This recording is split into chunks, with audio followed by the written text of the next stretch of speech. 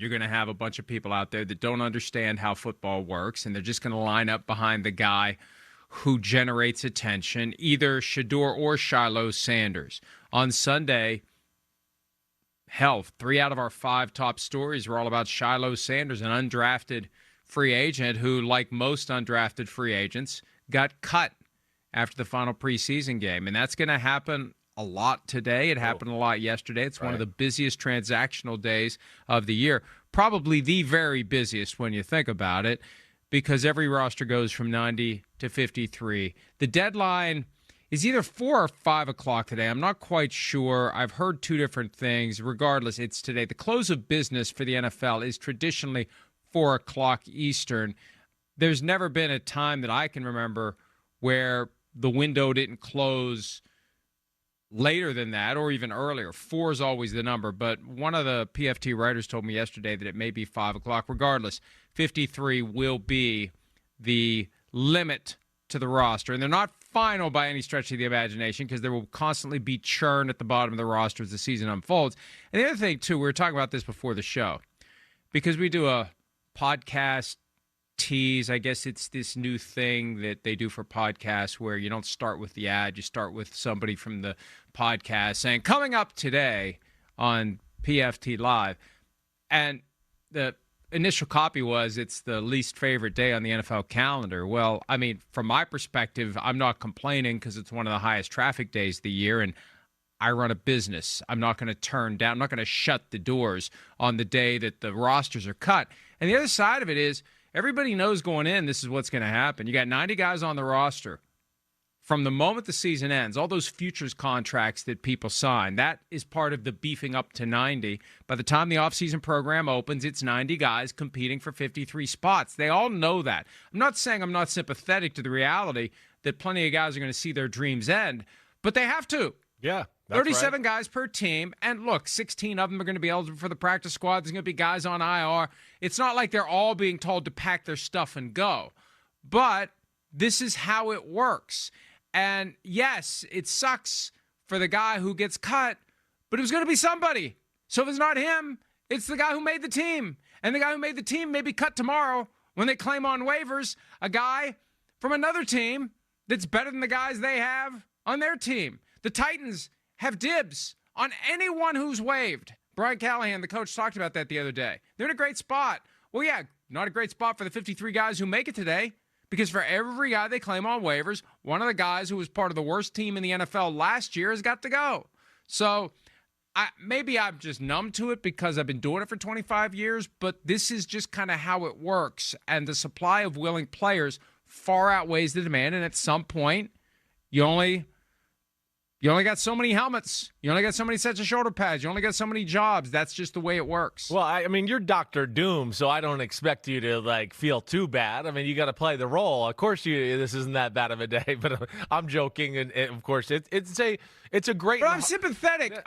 I know you are. I know. It's the business. You're right. Everybody signed up. Everybody knows what they're doing here. Everybody knows what they jumped on for. This is NFL. It's cutthroat.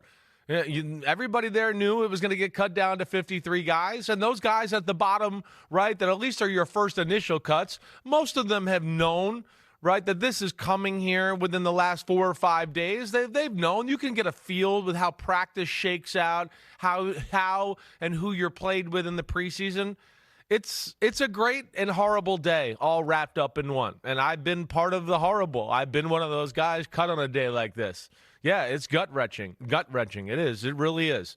It's also a great day, too, though. It is in that we get to see the finalization of the rosters. It's just one step closer to, here we go, real football. When I was in the locker room, it was always sad to see you had a group of guys where you're always like, man, I really like these guys. This receiver, this offensive lineman, man, I can't believe they're going. This is horrible.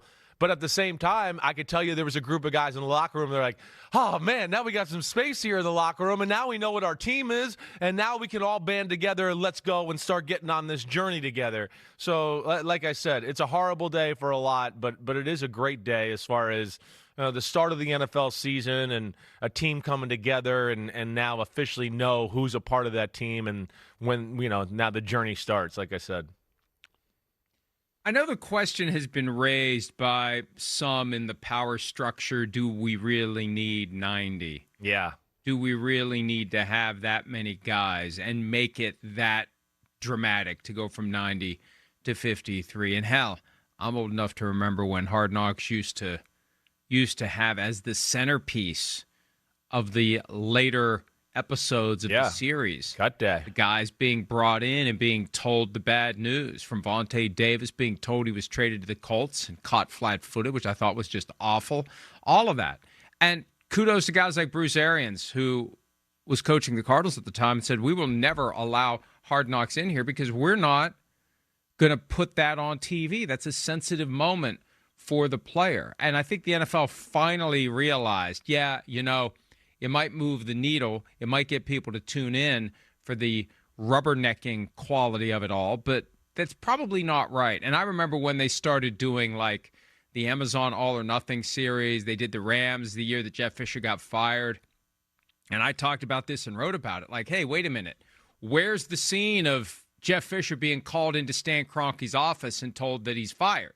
Why is it okay to have those scenes with players in Hard Knocks if you're just going to gloss right over the fact that Jeff Fisher's here one day and he's gone the next day, and we don't get to see any of the communications that resulted in that? So whatever the reason, they got away from broadcasting that, but it's still part of the reality.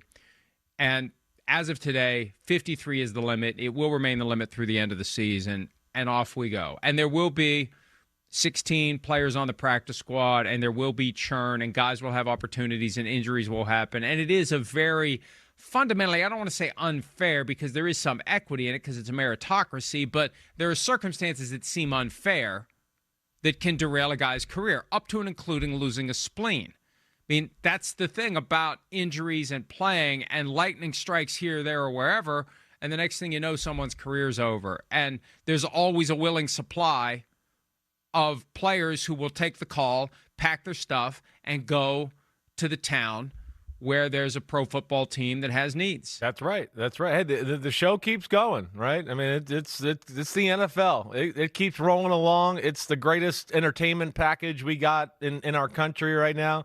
I mean, as great as Tom Brady or Peyton Manning were, man, you know what we did the next season when they left football? We watched football still. Yep. It's an amazing part of our culture here, and this is part of it right here. And like you mentioned before too, some teams is trash, is another team's treasure. Guy gets cut. Okay, yeah, it's a sad moment. You're getting cut, but maybe that opens the door for an opportunity for you to be on a team where now you really get the chance you need and the support you need, and it can open a new door of like new beginnings and potential there too. So there is some good out of it as well. The amount of the people on the practice squad make things easier. That's another thing that's different from my day or even way back in the 80s and early 90s. But, yeah, man, we had some action yesterday. We're going to have some action today. I mean, it's exciting when it gets like this to me. I get the blood starts to boil at night when I think about the show and all the good conversations we can have. Hi, it's Mike Florio. Thanks for watching PFT on YouTube. Hit subscribe for the latest news and analysis from Pro Football Talk.